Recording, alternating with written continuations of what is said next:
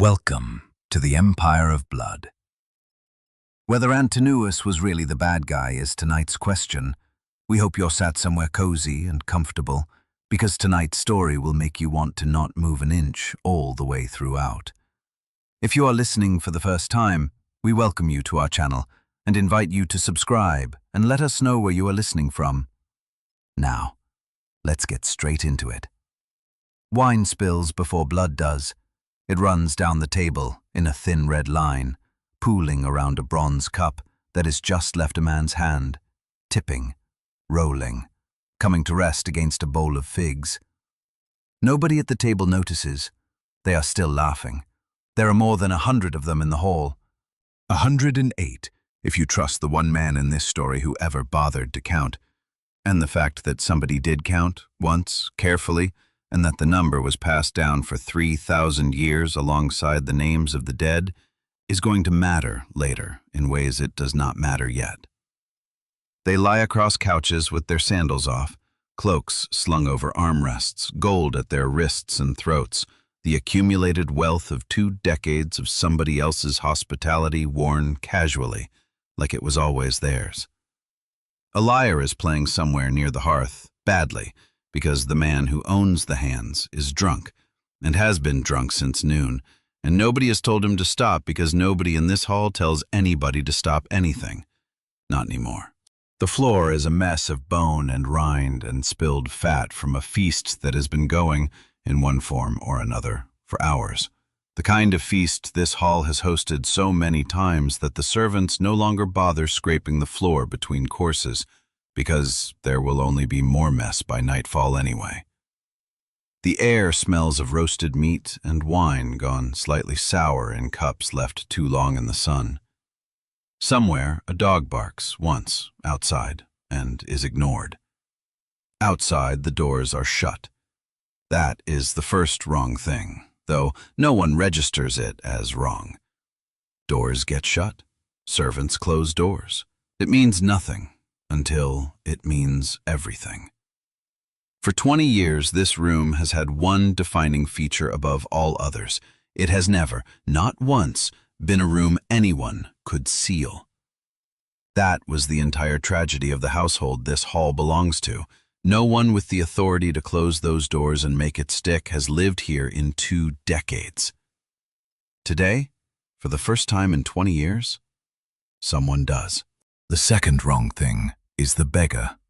He came in at midday, filthy, stooped, an old wound wrapped around one thigh, the kind of man who exists at every feast as a piece of furniture, tolerated, occasionally mocked, entirely unremarkable. There are always men like him drifting through halls like this one. Hospitality demands they be fed something, so they are fed something and then forgotten. He asked for scraps. He got a few, tossed rather than handed. He got insulted, and then he got a footstool thrown at him for sport by a young man in a fine cloak, and the hall laughed at that too, because it costs nothing to laugh at a man with no name, and this hall has spent 20 years learning exactly how little laughing at the powerless actually costs. He is standing now. That is the third wrong thing, and it is the last one anybody has time to notice. He has a bow in his hands. It should not be there. Bows do not belong in halls. Weapons belong on walls or in armories. This is a feast, not a battlefield. And yet there it is, strung, drawn, and a man mid-swallow, mid-laugh, cup lifted halfway to his mouth, feels something enter his throat before he hears anything at all. He does not finish the sentence he was speaking. Nobody will ever know what it was going to be. Wine and blood mix now, in the same red line, running toward the same bowl of figs, and for one full second, one single suspended second, the hall does not understand what has happened. 100 men, and not one of them screams yet. The lyre keeps playing, off-key, oblivious. The badly drunk hands do not stop. Somewhere near the back, a man reaches for more bread without looking up. Then the second arrow finds a second throat, and the hall remembers, all at once, how to be afraid. What follows will not be quick. This is not an execution. Executions have a rhythm, a mercy of speed, a single, clean moment, and then it's over. This is closer to a harvest. Men will die on the floor between overturned tables, trying to crawl toward doors that do not open. Men will die reaching for swords hung decoratively on walls, swords that have not been swung by these hands in years, swords for looking at, for boasting about, not for using. And they will discover in the last seconds of their lives that a sword you have only ever admired is a sword you do not actually know how to use. Men will die begging, offering gold, offering land, offering their fathers' names as though names were currency that still had value in this room, on this particular afternoon, with the doors sealed and the archer already 3 throats deep into a list he does not seem to be improvising. None of it will matter. The doors stay shut. That was always the point of shutting them. Somewhere in the chaos, a servant presses herself into a corner and watches. Really watches. The way you watch something you know you will carry for the rest of your life. As the bodies begin to accumulate, the way grain accumulates at the base of a threshing floor. Not dramatic, not heroic, just a slow, mechanical piling up.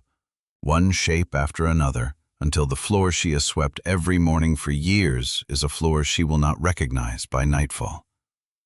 She will not survive the day either. Hold on to that. We will come back to it, and to her, and to the specific reason her death gets 4 lines in the story, and the men's deaths get 400. But before we go anywhere, before the blood, before the reasons, before the 20 years that built this room and this hour, we need to isolate one man from the pile. Freeze the frame at the exact instant the first arrow leaves the string, and ask a much older, much colder question than what is happening. Ask, why him? Why this man, out of 108, chosen to go first? He is the first to die. Not by accident, he is chosen. Deliberately, specifically, before any other man in that hall, to be the one the bow finds first, while his cup is still in his hand and his laugh is still finishing in his throat. His name will not be spoken for a while yet. It doesn't need to be. Right now he's just the man with the cup halfway to his mouth, mid-sentence, the wine already leaving his hand before he understands why. His last conscious thought probably nothing more dramatic than mild confusion, a strange wetness, a sudden wait, before the world simply stops. But we will name him, because the story did, and the story was not kind to him. The man who owns the bow is a king returning after 20 years away. A king everyone in that hall had decided, quietly and then loudly, was never coming back. They built an entire way of life on that assumption. They built years of routine, comfort, and appetite on top of a dead man's absence, the way you might build a house on land you were fairly confident nobody would ever come back to claim. They were wrong. And the first man he chose to kill, the man with the cup, the wine, the unfinished sentence, was named Antinous. Why him first? Was he the worst man in that hall? Was there something uniquely monstrous about him that separated him from the 100-odd other men who will die in the minutes after him? Or was he simply standing, by accident of seating or habit, in the most convenient place to start? That question is the spine of everything that follows, and this episode does not intend to answer it quickly or cleanly, or in a way that lets you close the book on Antinous the moment his body hits the floor. Because to answer it properly, we have to go back, past the arrow, past the locked doors, past the 20 years of waiting, to a system that made a man like Antinous not just possible, but close to inevitable. A system that rewarded exactly the qualities that got him killed first. And then, when we've done all of that carefully, we're going to have to do something this show has never had to do before. We're going to have to notice that there were 2 archers in that hall that afternoon. One of them was standing in rags by the door holding a bow. The other one was never in the room at all. has no name we can be certain of, lived centuries later, or possibly never lived as a single person, and chose Antinous to die first for reasons that had nothing whatsoever to do with justice. Remember that name. We're going to spend the next 2 hours taking him apart. Not to excuse him, and not simply to condemn him either, but to understand precisely how an ordinary, well-born young man became the first body on a floor that would, by the end of a single afternoon, hold 108 of them. Let's be precise about something right away. Ithaca was never an empire. It had no legions, no tax rolls, no provinces stretching over horizons, no client kings sending tribute across the sea, no roads built to move soldiers faster than rebellion could spread. It was a scatter of rocky islands off the western coast of Greece, small enough that a strong man could walk its borders in a few days, poor enough that its wealth was measured not in coined currency but in cattle, grain stores, bronze, and the loyalty of maybe a few hundred fighting-age men. That's not a disclaimer. That's the reason this episode exists. Every empire this show has covered arrives preloaded with scaffolding that makes the machinery hard to see. Armies, bureaucracies, legal codes, propaganda ministries, all the apparatus that lets a system look permanent and inevitable rather than improvised and fragile. Ithaca has none of it. Ithaca is the machine with the housing removed, running in the open, small enough to fit inside one building. You can watch every gear. So let's build this world properly, because you cannot understand what Antinous did without understanding in real detail the machine he was standing inside of. Start with the shape of power in the world this story claims to be set in, a version of late Bronze Age Greece, filtered through centuries of oral retelling before anyone wrote it down. There is no state in the modern sense. There is no bureaucracy that outlives the man at the top of it, no professional army loyal to an office rather than a person.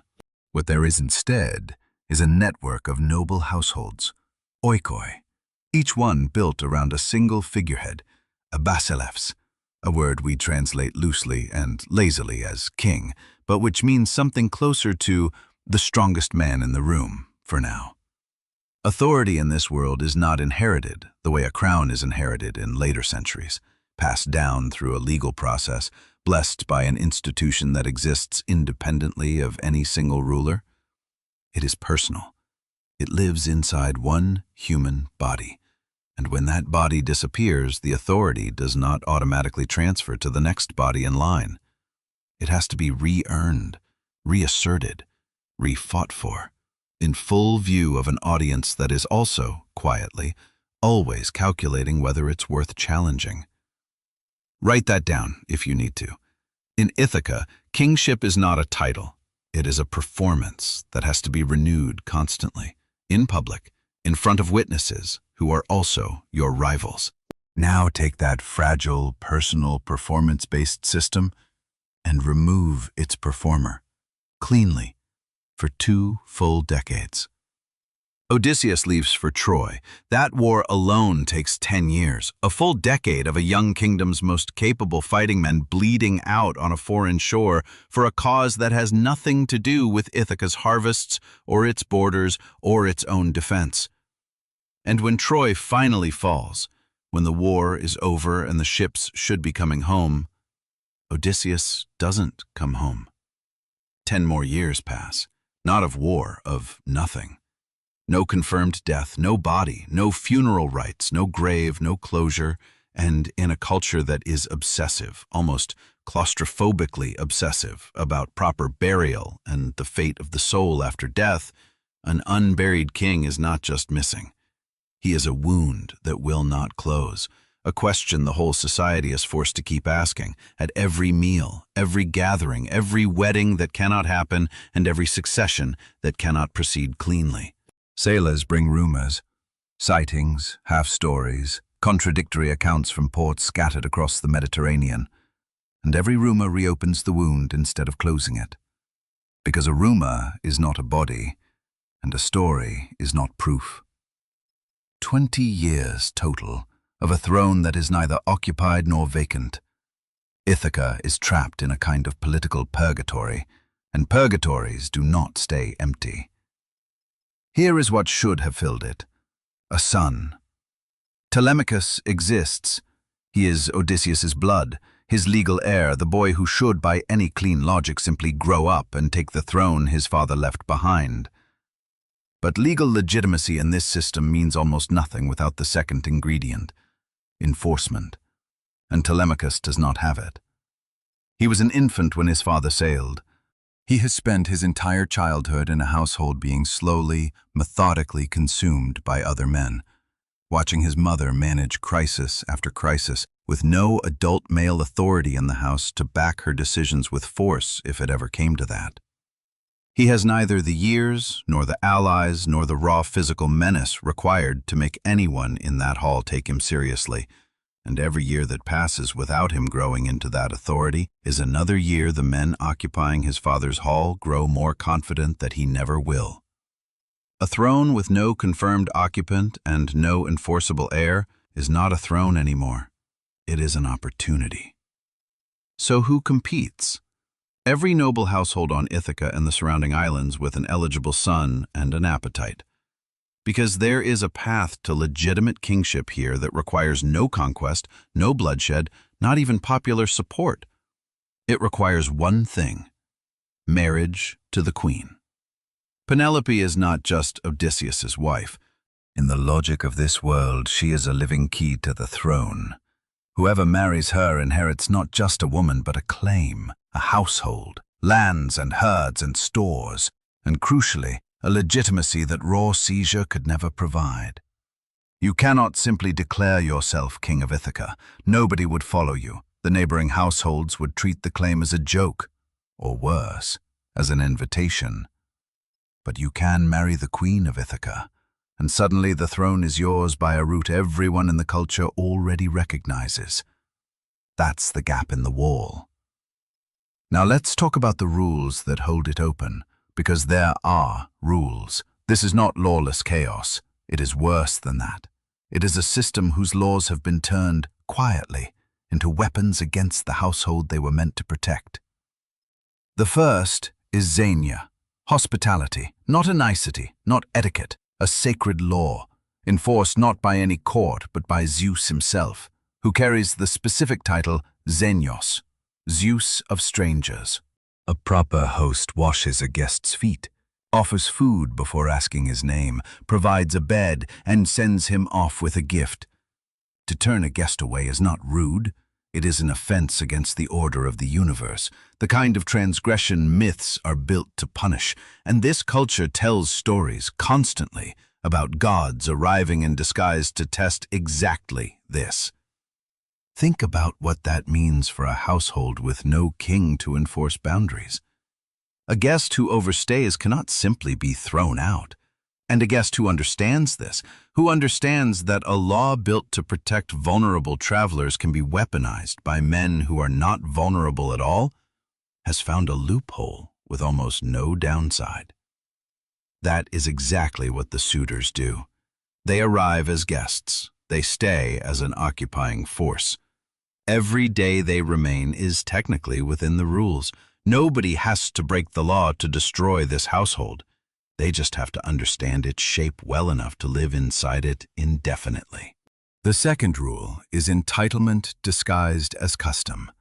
The assumption, baked in at the level of instinct, that elite men have a right to compete for power through sheer presence, not through election, not through inheritance alone, through showing up, staying visible, applying pressure, and outlasting whoever else is in the room. It is an endurance contest disguised as a courtship, and endurance contests reward exactly the kind of man who has no timeline, no shame, and no intention of leaving until he either wins or is physically removed. The third is divine indifference. The gods here are real, present, and terrifyingly capable of intervention when they choose. Storms, plagues, transformations, sudden reversals, and yet they do not intervene. For 20 straight years, while a household is dismantled in real time. That absence teaches its own lesson, and every man in that hall learns it, whether or not he could articulate it. Until the gods act, men act freely. Divine justice in this system is not a deterrent. It is a rumor.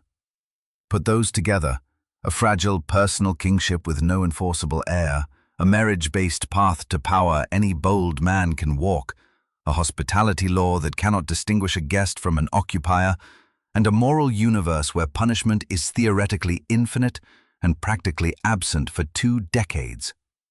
And you do not get an aberration. You get an invitation, printed in letters large enough for every ambitious young nobleman on the islands to read. Say it plainly, because it's the load-bearing claim of this whole episode. The system did not fail to prevent the abuse of Penelope's household. The system was never built to prevent it. Every rule that should have protected her instead created a corridor a determined man could walk straight through. And the longer that corridor stayed open, the more determined men found it. Antinous did not have to break this system. He only had to read it better than anyone else in that hall. Keep that in your mind as we move forward, because we are not about to meet a monster who tore through the rules of civilization. We are about to meet a man who read the rules more carefully than his peers and walked through every gap they left open without ever once having to call it a crime. That's the empire. Fragile, personal, full of holes disguised as laws. Now let's meet the man who made a career out of finding them. Before he was the man with the cup halfway to his mouth, Antinous was somebody's son. That fact matters more than it sounds like it should, and it will matter again, catastrophically, in the last act of this story. So hold on to the father. His name was Weaponizing. Remember it. We are going to need it. Antinous was not a wanderer who drifted onto Ithaca looking for easy plunder. Not an outsider, not a pirate, not a mercenary chancing his luck on a kingdom with a missing king. He was born into it. The son of a noble Ithacan house, a family with land, with cattle, with a name that already meant something at every gathering he attended as a boy. Whatever else we say about him, say this first. Antinous did not need to invent his own legitimacy from nothing. He inherited a head start, and everything he did afterward, he did with that head start already banked. That should unsettle you more than a story about an outsider ever could. This is not a tale about a man forcing his way in from the margins, clawing at a door that was never meant to open for him. It is a tale about a man already inside the walls, who grew up watching how the walls worked from the inside, who learned the household's rhythms the way a child learns them, not as rules to be studied, but as the unquestioned texture of how the world operates, and who eventually turned that knowledge against a household that had, in a sense, made room for people exactly like him his entire life. Picture the world he grew up in. A culture obsessed with reputation, kleos, a word that sits somewhere between fame, glory, and the story people will tell about you after you're dead. In this world, being good matters far less than being seen. A man's worth is not measured privately, in the quiet architecture of his conscience. It is measured publicly, at feasts, in the boasts exchanged over wine, in the seating order at a table, in whether your name is repeated with respect after you've left the room, or forgotten before the next course arrives. Antinous was raised inside that logic the way a modern child is raised inside language, absorbed before he had the tools to question it, before he could have separated the values of his culture from the fabric of reality itself.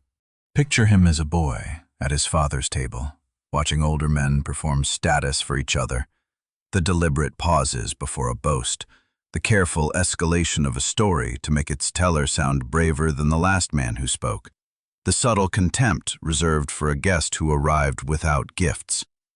He would have absorbed, long before he could have named it, the central lesson of that world. Status was not something you had, it was something you performed, continuously, in front of witnesses who were constantly, silently grading you. And the grading never stopped. Not at dinner, not at a wedding, not at a funeral. and he would have absorbed something else in the unguarded hour after the guests left. That hospitality is a public virtue and a private burden, honored loudly and resented silently.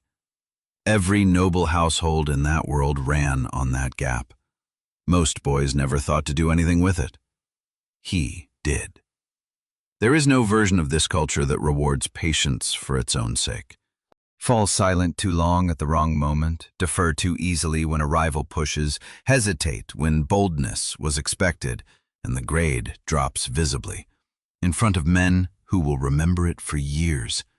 Patience here looks like weakness wearing a nicer word, unless it is the specific, disciplined kind that waits not out of timidity but out of calculation. The patience of a man who has already decided exactly how long he intends to wait and exactly what he intends to do with the time. Antinous was not a psychopath dropped into a functioning society. He was a highly competent student of a value system that had told him since childhood exactly what winning looked like. And a young man who has only ever been rewarded for boldness rarely develops much instinct for restraint. Now let's watch him apply the lesson. 4 decisions. None of them illegal.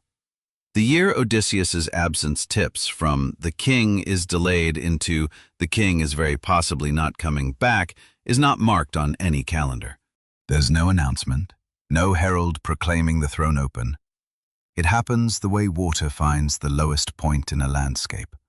Gradually, then suddenly, in the accumulated weight of 1,000 small conversations at 1,000 small tables. In the way people start speaking of Odysseus in the past tense without quite meaning to. In the way condolences begin arriving at the household, disguised as ordinary visits. And somewhere in that shift, a choice presents itself to every eligible young nobleman within reach of Ithaca's shore. Deceptively simple.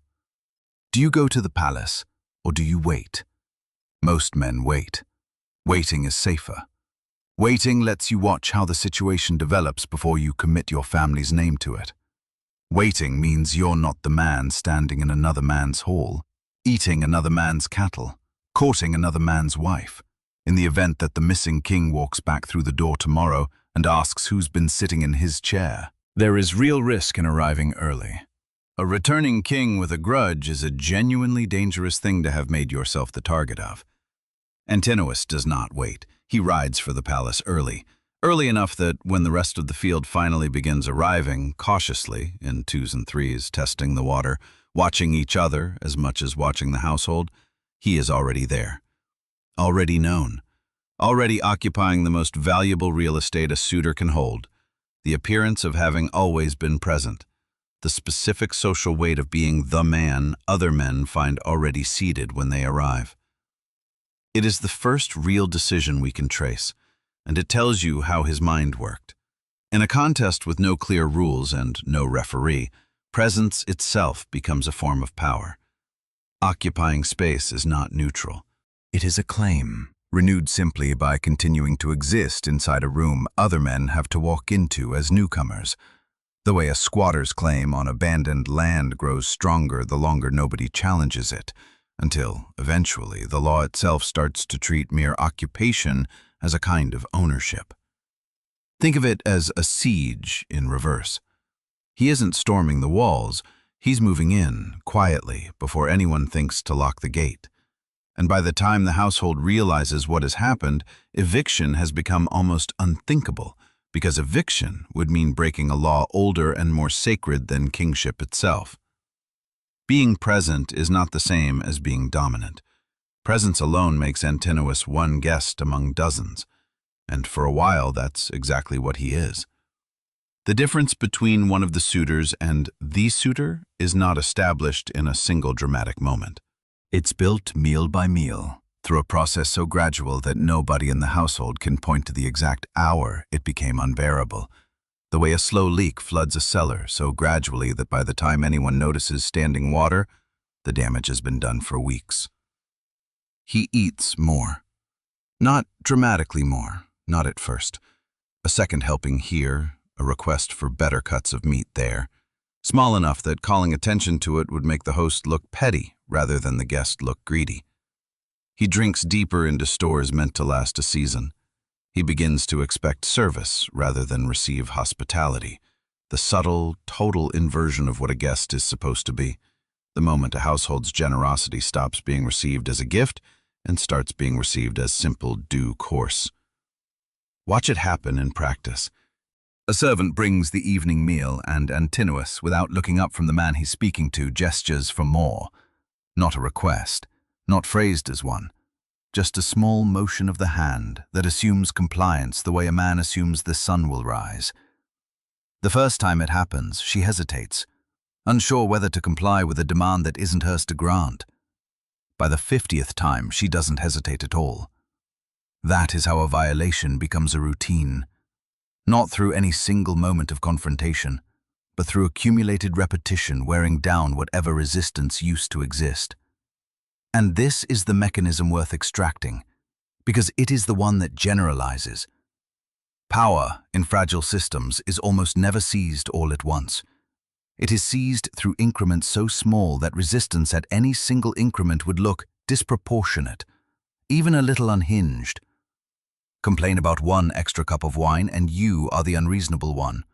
Complain about one extra plate and you stand accused of poor hospitality, the very sin the whole culture teaches you to fear most, the sin that risks divine punishment for the host rather than the guest. The way to normalize a violation is to never let it arrive as a single violation. Arrive instead as 100 small requests, none individually worth a fight, until the sum has quietly become an occupation. Strip away the mythic packaging and look at the mechanism bare. This is not a man storming a gate with a sword. This is a man discovering that entitlement, applied patiently enough, functions like erosion.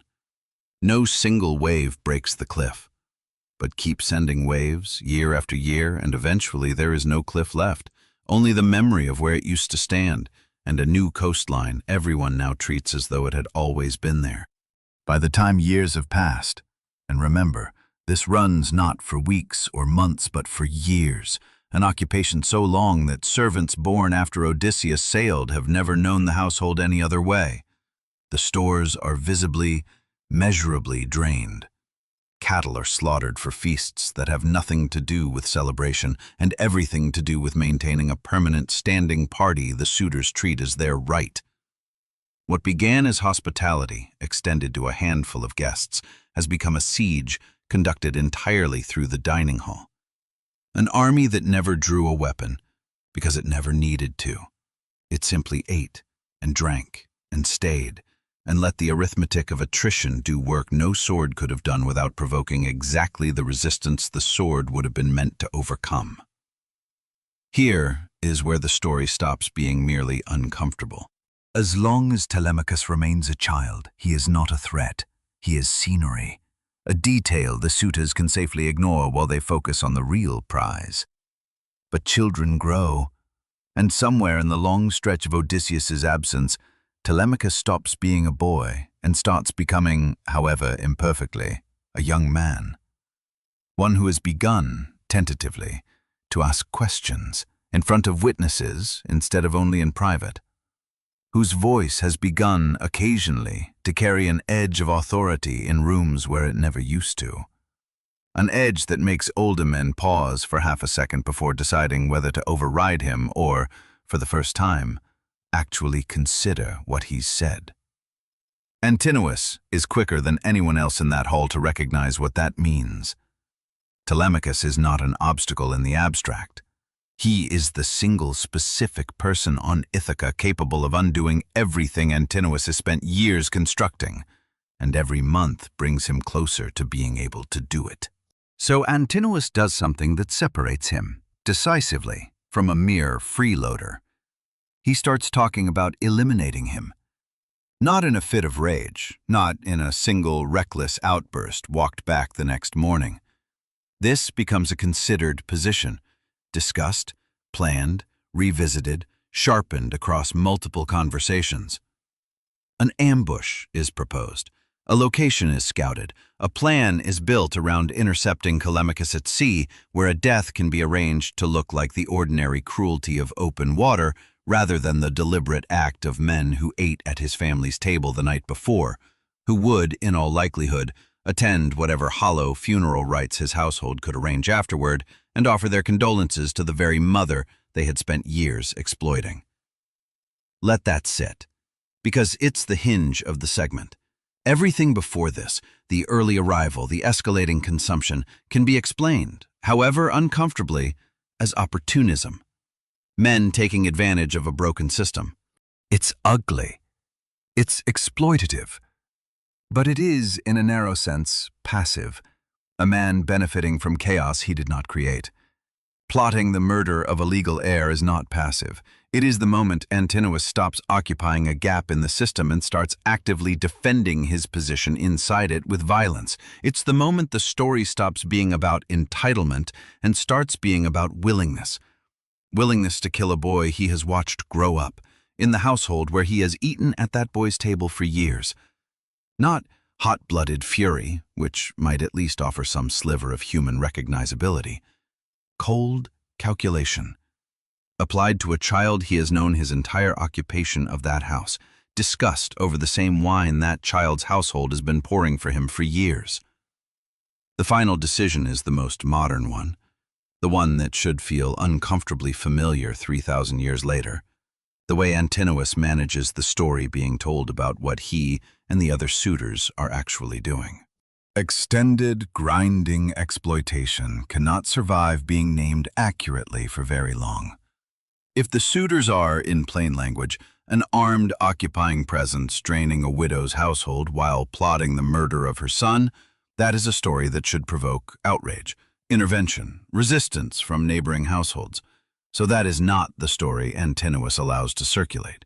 Instead, the suitors are framed, carefully, repeatedly by Antinous more than any other voice in the hall, as legitimate contenders in a legitimate courtship. Suitors, not occupiers. Guests observing an old and honored custom, not men who have overstayed a welcome that expired years ago. Their presence is recast as a compliment to Penelope rather than an assault on her household, evidence of her enduring worth rather than a siege dressed up as flattery. Their consumption becomes the ordinary cost of hospitality. Their hostility toward Telemachus, when it surfaces in public at all, becomes simple political rivalry between a boy who isn't ready to rule and men who are. This is not incidental. This is strategy, executed through nothing more sophisticated than repetition. Say the frame enough times, in enough rooms, to enough people, and the frame stops sounding like an argument and starts sounding like a description of reality. Name it in plainer terms, because the ancient vocabulary makes it sound almost dignified. He is manufacturing consent. He is taking sustained exploitation and packaging it in language, courtship, custom, competition, that makes it legible as tradition instead of theft. And it works, well enough and long enough that an entire community of onlookers comes to treat the occupation as an unfortunate but basically normal state of affairs, rather than the emergency it is. People stop asking why this is happening. They start describing it in the language Antinous supplied, as though the language itself were neutral. Hold that thought too, because in about 90 minutes, we are going to discover that Antinous was not the last person in this story to win an argument by controlling the vocabulary. Only the last one who had to do it while alive. It's worth correcting an assumption the word suitors smuggles in. The idea that these 100-odd men were a unified faction working toward a shared goal. They were not. They were rivals who happened, for the moment, to share an enemy's absence. Nowhere is that clearer than in Antinous's relationship with Eurymachus, a suitor of comparable standing, whose eloquence and connections made him the nearest rival for leadership of the group. The two cooperate when cooperation serves them, jointly proposing the ambush, jointly maintaining the public fiction. But the cooperation has a ceiling, because both men understand, at a level neither says aloud, that only one of them can actually marry Penelope. The alliance holding the group together is thin, transactional, and entirely dependent on the belief that the prize is still worth sharing the risk for. Antinous's genius, such as it is, lies partly in leading a coalition with no actual loyalty binding it. Men who would abandon him instantly if abandoning him improved their odds, and whom he trusts about as far as he trusts anyone in that hall, which is to say, not far at all. Watch what Eurymachus does the moment Antinous hits the floor. We'll get there. It would be easy to leave Antinous as a pure calculation machine, a man who read the incentives correctly and acted on them without any messier emotional undercurrent. That would be a mistake, and probably a comforting one, because a purely rational monster is easier to dismiss as an aberration than a frightened one. Look again at how much of his behavior is organized around never appearing to hesitate, the early arrival, the relentless narrative control, the refusal to let a single failed contest, a single awkward silence, a single moment of doubt show on his face in front of the other suitors. That is not simply the behavior of a confident man. It is just as easily the behavior of a man who understands, at some level he may never have said aloud even to himself, exactly how thin the membrane is between the dominant figure in the room and the man everyone quietly stopped respecting 6 months ago. Consider what failure would actually have meant for him, not death. Nothing suggests Antinous feared physical danger from his rivals. The failure he organized his adult life around avoiding is smaller and, in its way, crueler. Irrelevance. The specific horror, in a reputation economy, of being the man other men stop bothering to compete against. In a world built entirely on kleos, on the story other people will tell about you, being forgotten while you're still alive is its own kind of death, and arguably the one this culture actually trained its young men to fear most. That fear doesn't excuse anything. It doesn't make the plotted murder of a boy any less cold. But it complicates the easy version of this story, and it sets up the single cruelest irony in the entire episode, which is this. Antinous spent his whole life terrified of being forgotten. He is one of the most remembered men in Western literature. He got exactly what he wanted, in the worst possible form, and he had to die first to get it.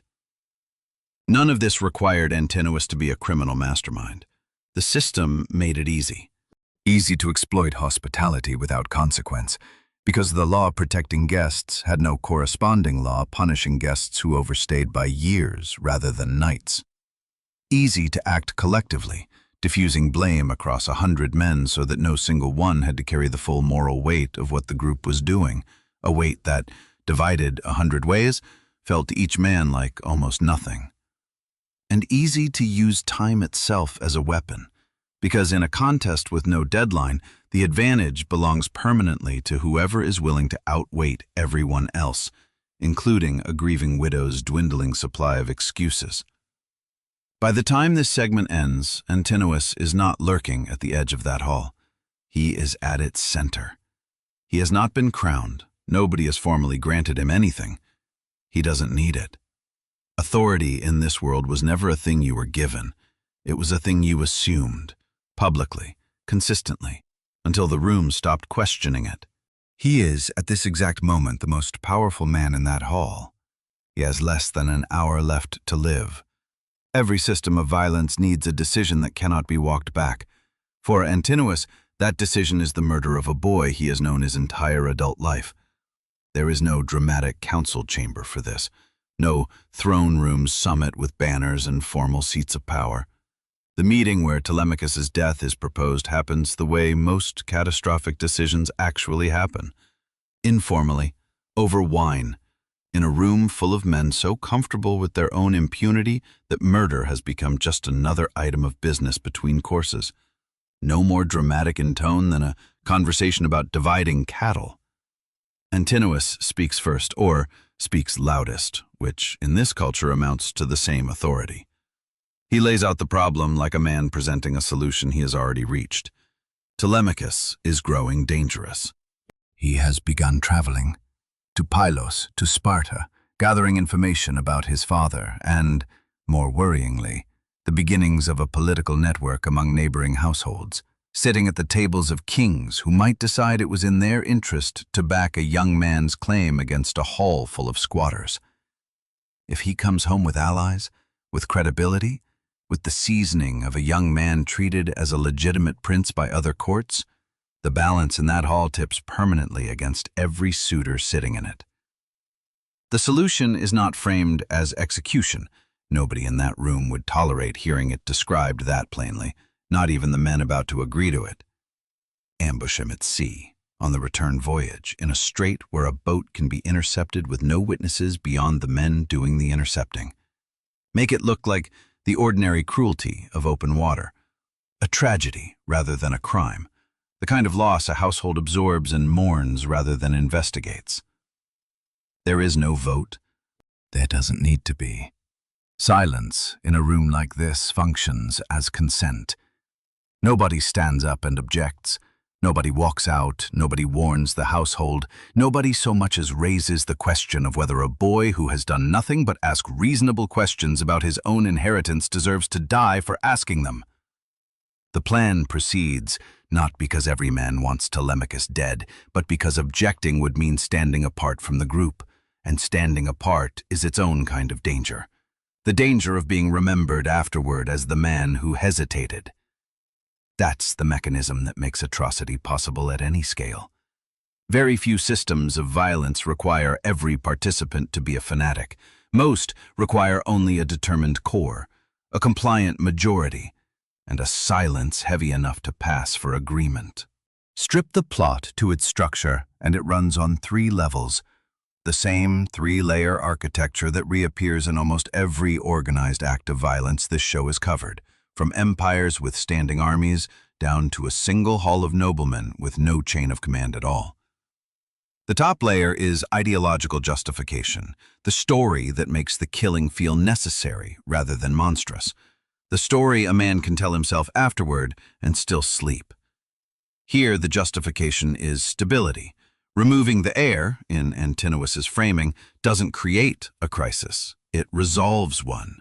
It clears the single obstacle between Ithaca and a clean transition of power, sparing the island's years of contested succession that a living Telemachus might eventually provoke. Killing him is not described, even privately, as murder. It's described as problem-solving, a regrettable but rational necessity, the kind of unpleasant duty a strong man shoulders so weaker men don't have to. The middle layer is coordination, the unglamorous administrative work of turning an idea into an operation. Men allocated by skill with a blade or familiarity with the coastline rather than by any grievance against the boy they're meant to kill. A ship provisioned quietly, kept apart from the household's usual comings and goings so nobody asks where it's headed. Timing calculated against an expected route, a narrow strait chosen from minimal witnesses and maximum deniability. The geography itself recruited as a co-conspirator. This is where the plot stops being a conversation and becomes logistics. And logistics require no passion at all, only competence, and a willingness to treat a young man's life as a scheduling problem. The bottom layer is execution, the men who will actually be aboard the ambush vessel when Telemachus's ship comes into range, the ones who will have to look at his face. Their motivations are rarely the ones driving the men at the top. Few of them share Antinous's ambition for the throne. Most will never sit close enough to feel its pull. Their reasons are smaller, more common, and more unsettling for exactly that reason. Loyalty to the group they've thrown in with, reluctance to be the one man who refuses when everyone else has agreed, fear of being remembered as unreliable, and simple opportunism. A hope that standing on the winning side pays off later, in favor, in position, in survival if things ever turned violent in earnest. A small number of architects, a slightly larger number of competent administrators, a much larger number of ordinary men at the bottom who tell themselves, and later tell anyone who asks, that they were only going where the group was already going, and that refusing would have changed nothing except who got blamed. The ambush fails, and it fails in a way worth being precise about. because the details indict the plotters more than a vague failure would. The ship is borrowed, lent by a man named Noemon, who has no idea what it's for. It lies in wait off a small island in the strait, exactly where the plan said it should. And then nothing happens, for days, because Telemachus simply doesn't come that way. Athena routes him home by a different channel. Meanwhile, Noemon, who wants his ship back and asks about it publicly in the hall in front of everyone, accidentally detonates the entire conspiracy's secrecy in a single innocent question. Two things follow from that, and both matter. First, the plot fails for no reason connected to anyone's virtue. Telemachus does not outwit it. The household does not detect it. Nobody's conscience intervenes. It fails because of weather, routing, and a lender's inconvenient curiosity, which means the system's protection of a legal heir came down, in the end, to luck. Second, and worse, once exposed, the plot has no consequences whatsoever. It is now public knowledge in that hall that a group of noblemen tried to murder the heir of the house they are eating in. Penelope knows, Telemachus knows, the servants know. And nothing happens. No expulsion, no reprisal, no intervention from a neighboring household, no divine punishment. The men who tried to kill the boy sit back down at his table the same evening and are served dinner. Sit with that, because it is the most damning fact in this entire episode, and it has nothing to do with Antinous. An attempted murder of a legal heir was exposed in public, and the system produced no response at all. That is not a system that failed under pressure. That is a system that was never load-bearing to begin with. And it is at almost exactly this moment, while Antinous is absorbing the failure, recalibrating, deciding whether to try again, that a second, entirely separate machine activates, one he knows nothing about. Odysseus comes home. Not through the front gate, not with fanfare. He arrives quietly, in disguise, gathering information the same patient, indirect way he has survived 20 years of war and wandering. By watching before acting, by letting his enemies reveal themselves fully before revealing anything at all. He speaks first, with a loyal swineherd who doesn't recognize him, testing the man's loyalty before risking his own identity. He is recognized, eventually, by an old hunting dog too weak to do anything but lift its head and die at the sound of a voice it hadn't heard in 20 years. He reveals himself to Telemachus alone, in private, and together they begin building the second machine in secret, inside the same walls the first machine has spent years operating in plain sight. Here the story makes a choice that deserves real attention, because a different kind of man, a different kind of story, might have made it differently. Odysseus, once he understands the full scope of what has happened, does not choose selective justice. He does not identify Antinous alone as the primary architect and limit his response to the man most directly responsible. He chooses total annihilation. Every suitor in that hall, regardless of the degree of individual guilt, regardless of whether they merely ate at the table or actively plotted murder, is marked for death. And we can say with certainty that this is a choice rather than a necessity, because the story shows us explicitly that Odysseus is capable of drawing the distinction, and declines to. His name is Amphinomus. Amphinomus is a suitor from Dulichium, and the story marks him out as decent. He speaks well. He is the one who talks the group out of a second attempt on Telemachus's life. He shows the disguised beggar a small, unnecessary kindness. And Odysseus, still in rags, still unrecognized, takes him aside and tells him, quietly, urgently, without explaining why, to go home. To leave the hall before the master of this house returns. It is a warning, personally delivered to one man out of 108. Amphinomus understands it. The story tells us he walks away troubled, heart heavy with foreboding. And then he sits back down because Athena has already bound him to his fate, and Telemachus kills him with a spear through the back. That's the whole argument of this segment in one man. Odysseus identified the one suitor worth sparing, warned him, and killed him anyway. The distinction between the guilty and the merely present is not a distinction the machine is unable to make. It is one the machine has decided not to honor. Before the doors are sealed, one more piece of the machine deserves examination, because it is the moment Antinous helps build the trap he will die inside. Penelope, as part of a long-delaying strategy she has run for years, proposes a contest. Whoever can string her husband's old hunting bow, a massive, famously difficult weapon Odysseus alone ever handled with ease, and fire an arrow clean through a line of 12 axe heads set in a row, will win her hand. It is framed as a concession, a sign she is finally ready to choose. In reality, it is one more delay, a test she has good reason to believe none of them can pass, since the bow has sat unused for 20 years precisely because no man on the islands could draw it. One by one the suitors try. One by one they fail, some after visibly straining in front of an audience not shy about noting it. And Antinous, pragmatic, always managing the room rather than the problem, suggests warming the wood by the fire before another round of attempts, then proposes postponing the contest entirely rather than let the group's collective humiliation sour the mood. Narrative control, again, even here. Managing how a room feels about an outcome is by this point simply his default instinct. Then the beggar asks to try. The reaction is immediate contempt, and Antinous leads it, more sharply than anyone.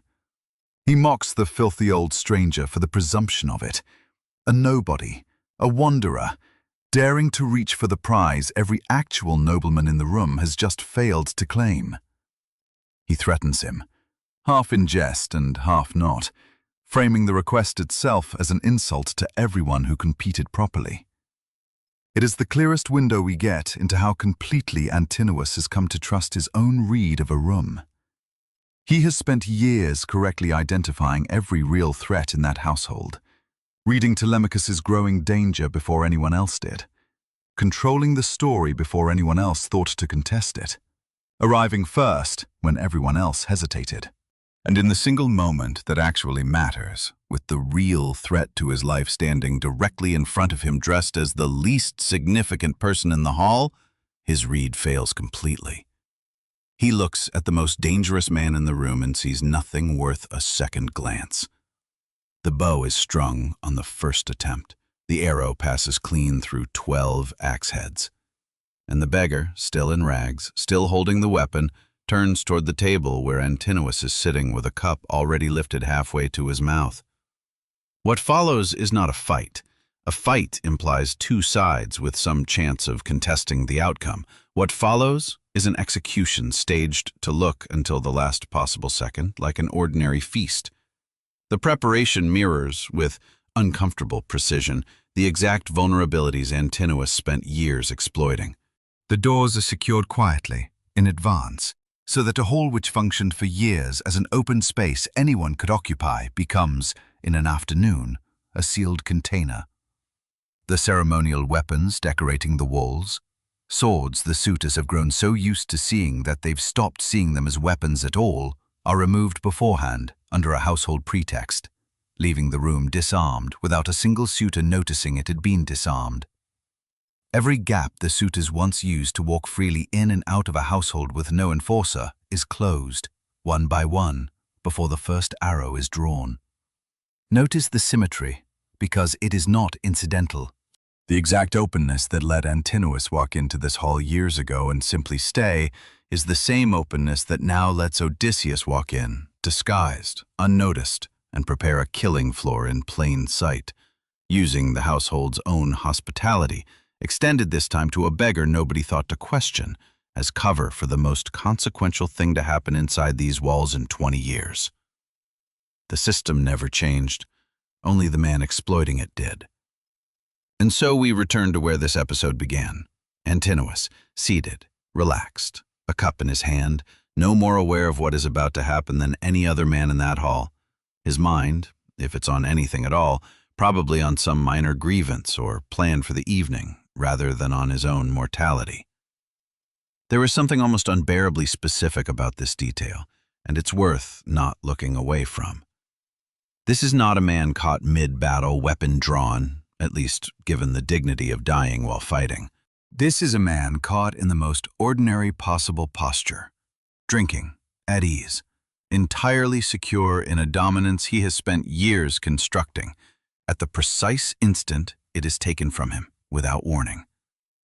The first arrow finds him with no declaration read aloud, no accusation, no formal moment where he is told what he's being killed for and given a breath to respond, to offer the gold or land or lineage that has always, in this hall, functioned as leverage. Death arrives before defense becomes possible. The cup is still rising when the throat it was traveling toward stops being able to swallow anything at all. Here is the coldest way to say what has just happened. Antinous spent years mastering a system that ran entirely on performance, on public contest, on the slow accumulation of status through visibility and endurance. He was, within that system, extraordinarily good, patient, calculating, socially fluent, willing to escalate exactly as far as the rules allowed and not 1 inch further, careful enough to keep every individual move defensible even while the cumulative pattern was anything but. None of that skill is given a single opportunity to matter in the room where he dies. There is no debate to win, no audience to perform for, no rival whose respect he might curry, no servant whose compliance he might leverage, no contest of patience or nerve or narrative control that his death is decided by.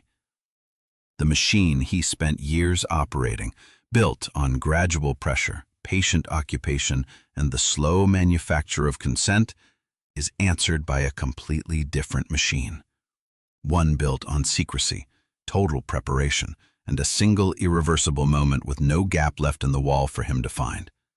He is denied the very system he relied on his entire life. And that denial, more than the arrow, is the verdict the story renders on him. The room he ruled for years becomes, in less time than it takes to finish a cup of wine, a room he cannot survive at all. But Antinous is only the first man to die in that hall. He will not be the last, and not by a wide margin. Grief after a massacre moves outward in circles, will move the same way, starting at the center, where the bodies fall, and widening out until we reach the story that eventually got told about all of it. And in the last circle, we're going to meet the second archer. Antinous is first. He is not close to last. By the time the hall falls silent, the floor is covered in something other than spilled wine. 108 men, the ambitious ones who plotted alongside Antinous and the passive ones who drifted in his wake, die in the same enclosed space, in the same afternoon, at the hands of 4 men and a goddess. It does not happen instantly, and once the initial shock passes, some try to organize resistance, shouting for weapons no longer on the walls, trying to break down doors that no longer open, discovering in real time how thoroughly the room has been converted into a trap. And a few of them try something else. They try to talk. 4 men, in the middle of a massacre, attempt to argue their way out of it, and the pattern of who succeeds is the single most important thing in this episode. Eurymachus goes first, seconds after Antinous drops. His argument is straightforward and, on its own terms, not unreasonable. Antinous was the architect. Antinous drove all of it. The rest of us were swept along. He offers restitution, bronze, gold, 20 oxen per man, full repayment of everything consumed. He is trying to draw exactly the distinction between the planner and the beneficiaries that any functioning legal system would draw. Odysseus kills him mid-offer. The distinction Eurymachus is attempting is precisely the one that has already been decided against. Leodes goes second, and his case is much stronger. Leodes was the suitor's diviner, and by the story's own account, the one man among them who disapproved, who was disgusted by their conduct, who tried to restrain them. He grabs Odysseus's knees and says so. "I did no wrong here. I tried to stop them." By the standard of individual moral responsibility, Leodes has the best claim in the room. Odysseus tells him that he must nevertheless have prayed to marry Penelope, and beheads him with a sword still warm from another man's hand. Leodes is killed mid-sentence, which is to say he is killed at exactly the moment he becomes a man making an argument rather than a body in a room. Then Phemius, the bard, the house singer, the man who has performed at these feasts for these men for years, entertaining the occupation night after night. By any measure of collaboration, he is more implicated than Leodes. He has been the soundtrack to the whole thing. He clutches Odysseus's knees and makes his case. Nobody taught him his songs. A god planted them in him, and he can sing for Odysseus the way he sang for gods and men before. He points out that he sang under compulsion. Telemachus speaks up on his behalf, and Phemius lives, and finally Medon, the herald, the messenger, the man whose function is to carry words between people. He has been hiding under a chair, wrapped in an ox hide throughout the killing. He is dragged out. Telemachus speaks for him too. Medon lives. Now put the four side by side because the sorting logic is not subtle once you see it. The suitor's political rival, dead. The one man who tried to stop them, dead. The singer who entertained them for 20 years, alive. The messenger who carried their words, alive. Guilt does not predict who survives that room. Occupation does. The 2 men spared out of 110 are precisely and exclusively the 2 whose profession is carrying the story forward. The man who sings it and the man who repeats it. Hold that. It is the hinge of this entire episode, and we are going to come back to it in about 20 minutes. Because the killing isn't finished. 12 women of the household, the maids judged to have slept with suitors, which, in a household under armed occupation, is a description that collapses under the lightest pressure, are made to carry out the bodies of the men they were accused of consorting with, made to scrub the blood from the floor with their own hands, and then hanged in a row in the courtyard. The story describes them dying with their feet twitching briefly, like thrushes caught in a snare, and then it moves on, in one sentence, to the next thing. That's the servant from our cold open. That's what the corner of the room she pressed herself into was worth. She watched an occupation for 20 years with no power to stop it, and the restoration of order killed her for having been present at it. 12 deaths, 4 lines. 108 deaths, 400 lines. Nobody negotiated that ratio. It was simply the ratio the story found natural, and it has been reprinted, translated, and taught for 3,000 years without most readers noticing there was a ratio at all. Think about what 108 deaths actually means at the level of households, not individuals. These were not anonymous men who wandered in from nowhere. Each belonged to a noble family somewhere on Ithaca or the surrounding islands. Families with lands, lineages, their own stake in the political fabric of the region.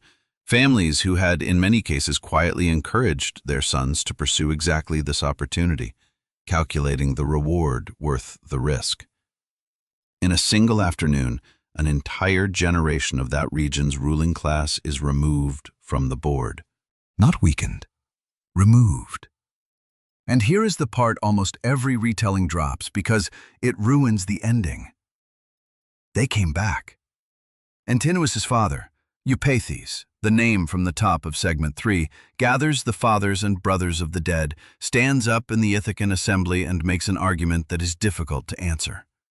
This man, he says, lost every one of the men he took to Troy, and now he has come home and killed the best of the island's young men. If we do nothing, we will be shamed forever. Let's take him before he can escape. An elder named Halitherses stands up and tells the assembly the truth. This happened because of your own cowardice. You did not restrain your sons. You watched a household consumed for 20 years and said nothing. And now you want to avenge the consequences? Roughly half the assembly agrees with Halitherses and goes home. The other half, the larger half, follows Eupeithes, arms itself, and marches. They meet outside the city, and the first spear cast in the battle is thrown by Laertes, Odysseus's ancient father, an old man who has spent the occupation hiding in an orchard outside town because he could not stand to watch.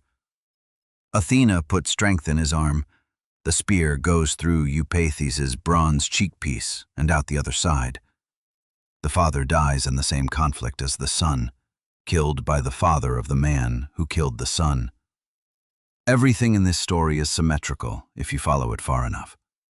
And then, at the very moment the fighting properly begins, Zeus throws a thunderbolt and stops it, and imposes terms. The terms are worth quoting for their content, not their wording, because you will not believe them otherwise. The Ithacans are to forget, not forgive, forget. The gods make the surviving families forget the killing of their sons and brothers and impose peace and prosperity in its place. The last act of the poem is a divinely mandated community-wide amnesia about a mass killing, enforced from above because the alternative, a society actually processing what happened in that hall, is judged unacceptable. That's the ending. 108 dead, 12 women hanged, 1 attempted counter-revolution crushed, and then the memory itself is confiscated so that everyone can go back to business. Nothing was fixed. The fragile personal kingship, the marriage-based path to the throne, the hospitality law with no defense against its own abuse, all still standing, entirely unreformed, waiting for the next 20-year absence. The only thing that changed is that the man in the chair is now demonstrably willing to kill everyone in a room, and everyone has been made to forget why. Order is restored through terror, and then sealed with induced forgetting. That is not a resolution. That is a system covering a wound with a hand. Now step back all the way. Everything we've done so far, this show has done before. We take a documented atrocity, we reconstruct the incentives that produced it, and we argue that the man history singled out was less an aberration than a predictable output of a system nobody wanted to indict. That's the format. That's the thesis we've applied to Sulla, to Leopold, to Talat, to every man in this series. But there's a problem with running it on Antinous, and it's time to stop stepping around it. Antinous never existed. There was no Ithacan nobleman named Antinous, son of Eupeithes. There is no incentive structure that produced him because he was not produced by an incentive structure. He was produced by a poet. Composed, named, positioned, given the worst lines in the poem and the first arrow in the throat, by someone who needed 108 men to die in a hall and understood that an audience cannot hate 108 men at once. You cannot hate a crowd. You can only hate a face. So the tradition built one, gave him a name, made him throw the footstool, made him mock the beggar, made him propose the murder, made him lead the contempt, and then killed him first, so that every death after his would land on an audience already satisfied that the killing was deserved. Antinous is not a man the system produced. He is a device the story required. And the moment you see that, this entire episode turns over. Because look again at what the story does with him, with the eye we've been using all along. Antinous is given every quality that makes mass killing feel proportionate. His guilt is stated, restated, and never complicated. He is denied any interiority that might trouble you. No grief, no fear, no moment of doubt. No family we're invited to imagine except a father who conveniently turns out to be just as bad. And critically, he is killed first, before the audience has had time to look closely at the men behind him. Because once you have accepted the first death as just, the next 107 arrive as bookkeeping. That is narrative control. That is the exact technique we spent 40 minutes accusing Antinous of using. Establish the frame early, repeat it relentlessly, ensure that anyone describing events in more honest language sounds unreasonable. Antinous manufactured consent inside the hall. The poem manufactured consent about the hall, and the poem was better at it, by a margin of 3,000 years. Now go back and look at who survived that room. The singer and the messenger. The only two men spared out of 110. Spared explicitly, spared with speeches, spared while the man who tried to stop the suitors was beheaded mid-plea. The tradition that preserved this story was a tradition of singers. And the story it preserved contains, at its climax, a scene in which a king kills every man in a building except the singer, who survives by explaining, on his knees, that he sang for the bad men only under compulsion, and can just as easily sing for the good one now. Whether that scene reflects something that happened or something the profession needed to be true, it is a remarkable thing for a guild of professional storytellers to have transmitted about itself for 3,000 years. We survive regime change, and here is the argument we use. So there were two archers in that hall. One of them was a king in rags, and he chose Antinous first because he was the loudest, the most insulting, and the most dangerous to his son. The other one never entered the room, and he chose Antinous first because a massacre needs a villain who dies before the audience starts counting bodies. Only one of those choices required a bow. The other one required nothing but the confidence that nobody would check the arithmetic for 3 millennia. Nobody did. Let's end honestly with what we can and can't say. We cannot say Antinous was a product of Ithacan political incentives because there was no Antinous and there was no Ithaca of the kind this story describes. That whole argument, the one this episode spent 2 hours building with total sincerity, is a beautiful machine running on nothing. But the argument isn't wasted because the thing it describes is real. It's just standing one level up from where we were looking for it. There was a system that needed a man like Antinous. It wasn't a kingship. It was a story. One of the most successful stories ever told. A story that had to make the slaughter of 108 men in a locked room feel not merely acceptable, but satisfying. Feel like relief. Feel like the tension of the preceding 12 hours of performance finally releasing. And to do that, it needed exactly what every system of organized violence in this series has needed. A designated first body. Somebody unambiguous. Somebody the audience would be glad to see fall, so that everyone falling behind him could arrive as consequence rather than choice. The poem found him, named him, made him arrogant enough to earn it. And then it did the thing this show exists to notice. It let the structure walk away clean. Antinous carries the moral weight of that hall, 3,000 years of it, his name a byword for arrogance in the very language he was invented in, while the arrangement that filled the hall in the first place, and the man who chose to empty it completely rather than selectively, and the goddess who forbade the one decent suitor from leaving, and the divine decree that made an entire island forget its dead sons, all come through the story with their reputations intact. Antinous is the most successfully scapegoated character in Western literature. Not because he was innocent. He plotted a murder. He consumed what was not his, and the story is not wrong to hold him responsible for the things it invented him doing. But because he was designed to absorb blame, and he has absorbed it perfectly, for 100 generations, without a single sustained argument in his defense. So here is the question this episode leaves you with. Every time a story hands you a clean villain, an unmistakable one, an early one who dies before you've had time to look at anyone standing behind him, someone made a choice about where your attention would go. In this case, that someone was a poet, and the choice has held for 3,000 years. Ask yourself who is making that choice in the stories you're being told this week. Ask what the first arrow is for.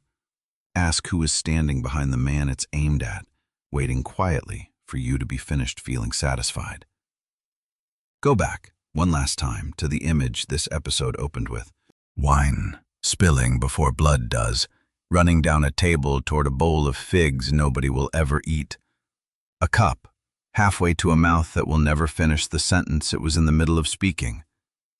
That image was never about an arrow. It was about a decision made by someone who was never in the room, and the fact that you were meant to be looking at the cup.